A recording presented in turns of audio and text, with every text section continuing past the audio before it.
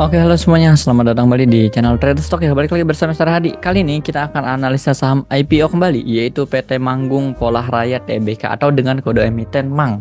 Seperti kita tahu ya, Januari banyak sekali yang akan listing. Nah, ini menarik, kita kupas, kita unboxing satu-satu mana yang menarik untuk kita buy nantinya. Oke? Daripada spekulasi kan beli ini, beli itu, mending kalian tonton video sampai selesai, nanti putuskan di akhir beli atau enggak kayak gitu. Jadi supaya tahu tuh, jadi beli saham tuh enggak salah-salah lagi. Nah sebelumnya jangan lupa ya buat kamu support channel ini dengan cara like, komen, dan juga di subscribe. Terus juga kamu bisa follow Instagram kita di @tradestock.id buat dapetin informasi menarik lainnya. Nah kamu juga bisa join nih di Telegram resmi kita ya di Tradestock Channel, itu linknya ada di deskripsi atau dicari aja di search di Telegram itu Tradestock Channel buat dapetin watchlist saham-saham menarik setiap harinya. Biasa saya kirim di sana setiap pagi untuk kita ya watchlist menarik lah. Kemudian, nah buat kamu nih yang trading masih sendiri atau bingung mau beli saham apa, nggak punya mentor, nggak punya teman trading, kalian bisa join di cabang kita ya. Kalian syaratnya buka rekening Palburi Sekuritas lewat cabang Trade Stock, nanti otomatis kalian akan menjadi nasabah kita. Ketika jadi nasabah kita, kalian cuma modal deposit 5 juta, ini depositnya tuh ke RDN kalian ya. Jadi ke kita tuh gratis, nggak harus bayar apapun. Ke RDN kalian 5 juta dan 5 jutanya bisa untuk jual beli saham. Nah, kalau misalkan kalian ada saham di sekuritas lama, kalian transfer aja ke rekening Palburi kalian yang baru, itu gratis. Biasa kan berbayar, ini gratis lagi promo. Gratis transfer saham dari sekuritas manapun. Nah, benefitnya apa? Kalian bisa join ke grup VIP nasabah, bisa join grup Road to Program 100 juta, bisa dapat rekomendasi saham, ebook saham, marketing support, market update, Zoom edukasi, dan lain-lain. Pokoknya banyak sekali ya keuntungan yang bisa kalian dapatkan. Dan kalian dapatkan benefit ini itu secara cuma-cuma, secara gratis. Jadi kalau kalian punya akun sekuritas tapi nggak dapat benefit ini ya sayang. Mending kalian pindah buka rekening di kita, nanti kalian dapat semua benefit ini. Nah, untuk pendaftarannya kamu bisa hubungi di nomor 0851 5855 0463 atau langsung aja scan barcode yang ada di sini ya. Untuk itu otomatis akan terhubung ke WhatsApp admin kita dan nanti dibantu untuk opening akun Palburi 1 sampai 2 hari jadi. Setelah jadi langsung deposit dan langsung kita invite ke grup untuk trading bareng sama kita. Oke, sebelumnya seperti biasa disclaimer dulu ya, semua analisa yang diberikan pada penulisan ini adalah murni pandangan pribadi penulis berdasarkan pemahaman dan pengalaman yang dimiliki, dan semua data yang akan disajikan pada analisa ini bersumber dari prospektus perusahaan. Nah, investor harus berhati-hati terhadap semua analisa dan rekomendasi yang diberikan, dan setiap investor diwajibkan untuk melakukan analisa kembali sesuai dengan metode yang kalian gunakan masing-masing.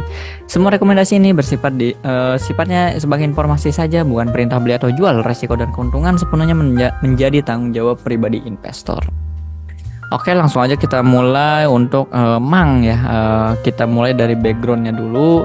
Nah, sejak pendiriannya Perseroan Perseroan berdiri tahun 92, cukup lama ya. 92 kayak tuan Perseroan daripada saya sih. Nah, Perseroan memulai kegiatan usaha di bidang jasa. Kegiatan usaha Perseroan meliputi jasa konstruksi dan pengadaan.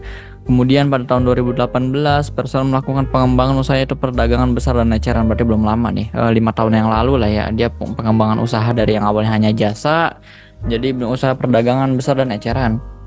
Selanjutnya hingga saat ini, saat prospektus ini diterbitkan, Perseroan melakukan usaha utama.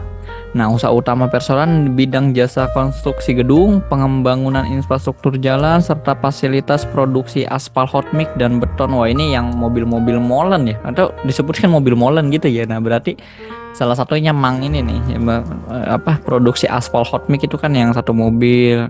Soalnya saya pernah tuh waktu itu pernah lah ngecor gitu ya, bukan buat coran, jadi ya beli aspalnya, beli corannya itu di si satu mobil gitu loh. Waktu itu saya beli 2 mobil ya. Ini berarti salah satunya pengadaannya MANG. Nah, tapi ya kan dia adanya di kota mana gitu mungkin bedanya di situ, tapi dia salah satu produksi itu ya, aspal itu mau di satu mobil mana.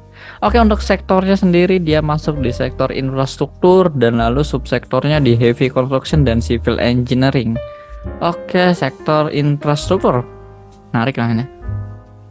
Nah, kita lihat dari penawaran umum sahamnya, sebanyak-banyaknya berapa, 762 juta ya, 762 juta saham biasa atas nama yang merupakan saham baru Perseroan. Nah, di sini jelas saham baru, jadi Perseroan menerbitkan saham baru untuk dijual ke masyarakat sekitar berapa, 20% ya, 20%. Nah, kan nilai nominalnya 20, harga penawaran 90 sampai 110. Cukup murah ya nilai nominal ya lumayan lah 20, penawaran 90 sampai 110. Sebelumnya kan mahal tuh nilai nominal MSCI itu di 100 ya, ini hanya 20.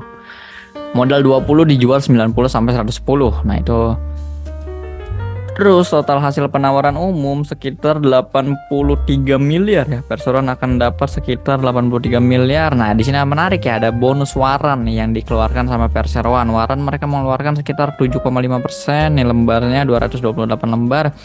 Penyerahan waran 10/3. Sedikit sih, 10 lot, setiap 10 lot saham kalian cuma dapat 3 waran. Kan yang menarik kemarin-kemarin tuh ada yang banding 2/1, 3/1. Nah, itu masih menarik ya. Ini 10/3 nih. Kalau 2/1 kan 10 lembar saham dapat 5. Ya sebenarnya masih oke-oke aja sih. 10/3, 3/1, 3/1, 9 lot dapat 3. Ya nggak jauh lah, nggak beda jauh gitu. Masih oke lah 10/3 juga.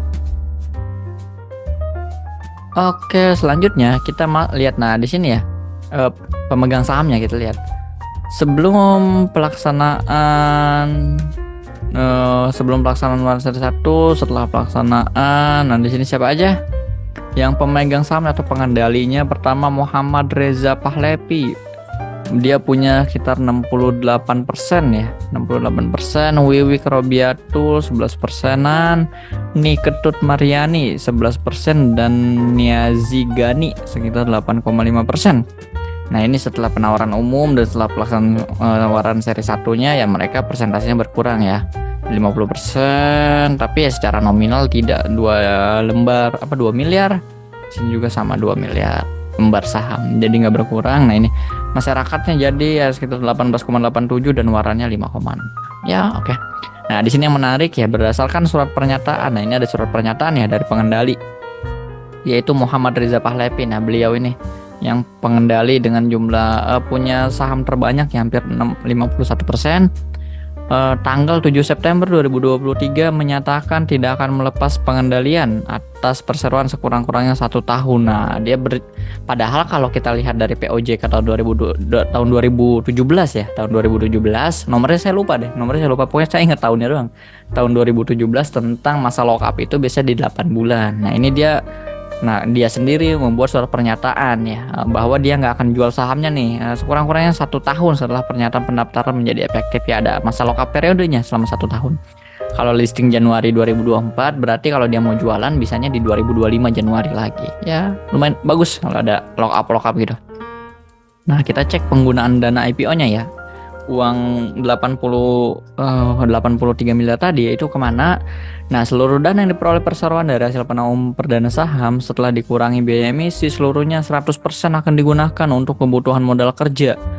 Nah, bagus ya untuk modal kerja perseroan, antara lain biaya pokok yang dibutuhkan perseroan untuk proses dari konstruksi gedung dan bangunan, pembangunan infrastruktur jalan, produksi aspal hot mix, dan produksi beton ready mix, gaji serta tunjangan. Ya bagus ya 100%. Jadi nggak untuk bayar hutang sama sekali ya.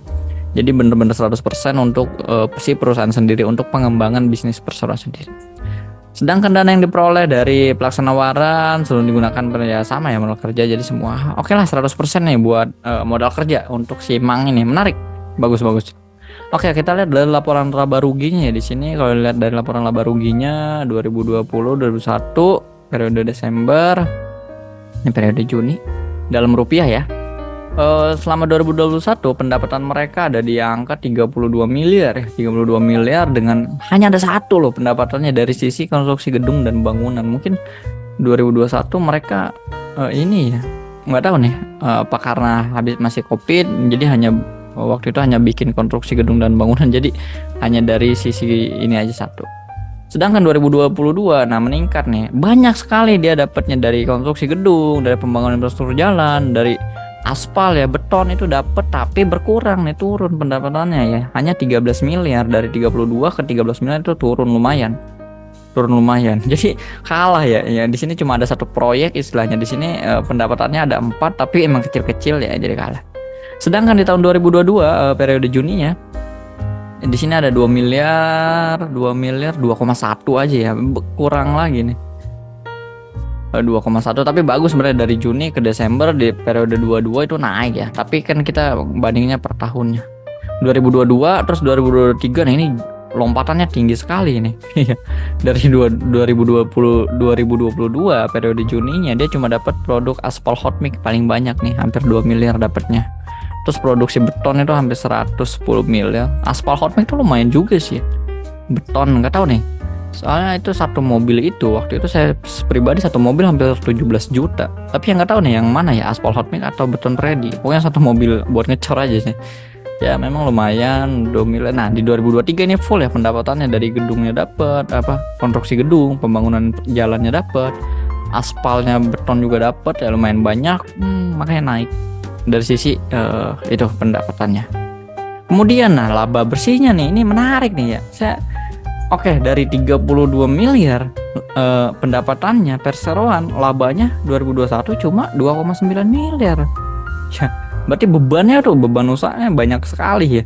Sedangkan di sini yang ya 13 miliar pendapatannya dia rugi bersih nih. Merugi di tahun 2022 periode Desember itu ruginya hampir 10 miliar si perseroan. Ya. Karena kayaknya beban usahanya banyak ini. Kemudian di periode Juni 2022 pendapatannya 2,1 miliar ya, dia masih rugi 4 miliar. Rugi 4 miliar. Nah, ini nih yang justru jadi aneh menurut saya. Saya bingung. Harusnya nih buka lagi nih laporan keuangan ya. Karena pendapatan 34 miliar di sini dia labanya cuma 400 juta loh, 402 juta ya. Saya bingung nih. Di sini aja ya, misalkan ini kan beda tahun lah ya, beda 2021 beda 2 tahun lah. Oke, ini kan pendapatannya nggak jauh beda nih, 32 miliar, 34 miliar, tapi periode 2021 dia masih profit 2,9 M. Nah, sedangkan 2023 dengan pendapatan hampir 34 miliar, ini dia cuma dapat labanya gitu ya, keuntungannya cuma 400 juta. Kayaknya memang ada beban yang cukup besar gitu di perusahaan ini. Entah beban apa ya, kayaknya harus buka laporan keuangan lagi. Tapi ya kita lihat intinya aja ya. Intinya ya labanya di sini turun, nah di sini naik karena dari rugi ke profit kayak gitu. Kemudian dari sisi valuasi, oke, dia akan IPO di harga 90 dan 110. Jumlah saham yang beredar ada 3,8 miliar, PS-nya 7,4, 9,0, ROE 1,1, ya memang kecil ya. Per 340 400, BBB-nya 3 ya, mahal ini, perusahaan mahal. Market cap 3,43 419, mahal ini. Ya secara valuasi perusahaan ini dikategorikan ya mahal sih kalau menurut saya dari valuasi yang ada di sini. Market cap-nya 300 miliar, 400 miliar. Kalau dari sisi valuasi ini mahal. Kemudian dari Underwater, nah Underwater ini agak-agak ini ya, PG nih, Panca Global. Mereka menjadi penjamin emisi efeknya itu Panca Global Sekuritas, yang mana ketika tahun 2023 mengawal 2 saham ini ya memang Koci agak sedikit jelek ya. Waktu itu perusahaan saya juga baca nih, dia tuh close langsung turun ya kalau nggak salah ya, close langsung turun, opening tuh langsung turun, tapi nggak RB ya, tapi close merah. Nah kemudian ada STRK nih gimana ya. Ya sekarang sih emang harganya udah mau tidur di gocap ya, tapi memang sebelumnya awalnya ya diarahin sampai 3 kali gitu kan, digoreng-goreng dulu kan, arah terus koreksi, terus kan sempat naik. Walau naiknya memang seperti itu naiknya tuh mirip-mirip BSBK, dia tuh STRK tuh hampir mirip sama BSBK dari pergerakan dan sisi struktur pemegang sahamnya juga itu. Jadi kalau dari Underwater menurut saya 50-50 sih, karena hanya ada 2 saham ya dia mengawal, jadi nggak bisa kita lihat lebih jauh lagi. Jadi apakah bagus ya menurut saya, apakah jelek enggak juga, karena bisa bawa STR ke arah Koci karena memang perusahaannya jelek nih ya, perusahaannya jelek memang. Jadi ya sedang lah gitu. Nah kemudian untuk jadwal IPO-nya kita lihat ya, diperhatikan ini jadwalnya di 14 sampai 18 Desember. Masa penawaran udah selesai ya, ini udah selesai masa penawaran umum. Nah kalau kalian mau beli nanti di periode ini ya, 3 sampai 9, tanggal penjataan 9, distribusi saham tanggal 10, nah listingnya di BI tanggal 11 Januari. Jadi itu tanggal-tanggal penting yang harus diperhatikan kalau kalian mau pesen saham Mang. Oke, itu aja ya untuk analisa kita di saham Mang. Apakah kesimpulannya apakah menarik? Kalau saya pribadi gimana ya, mungkin untuk jangka pendek ya, untuk jangka pendek ya menarik sih ini karena ada warannya juga kan sebagai pemanis ya, bisa lah mungkin kalau dia naik arah sekali kan ada bonus warannya ya ikut, jadi ya untuk manfaatin cuan dikit-dikit gitu ya untuk trade jangka pendek nih, oke lah kayak gitu. Oke, itu aja untuk ulasan pembahasan saham Mang ya. Jadi silahkan di like kalau kalian suka, di dislike kalau nggak suka, jangan lupa di komen dan juga di subscribe. Next, tulis aja di kolom komentar kita harus bahas saham IPO apa lagi. Oke, thank you semuanya.